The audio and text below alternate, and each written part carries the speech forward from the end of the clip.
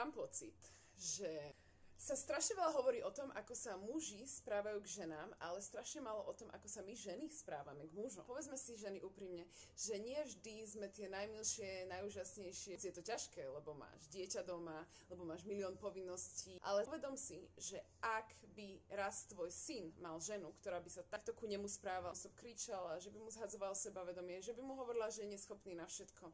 Hoci máš na to dôvod byť naštvaná.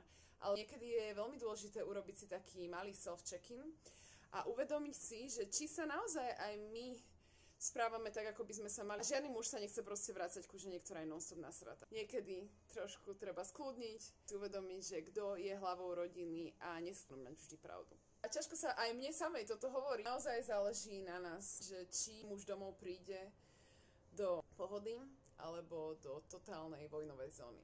Čiže rozhodujme sa správne, keď reagujeme na našich mužov.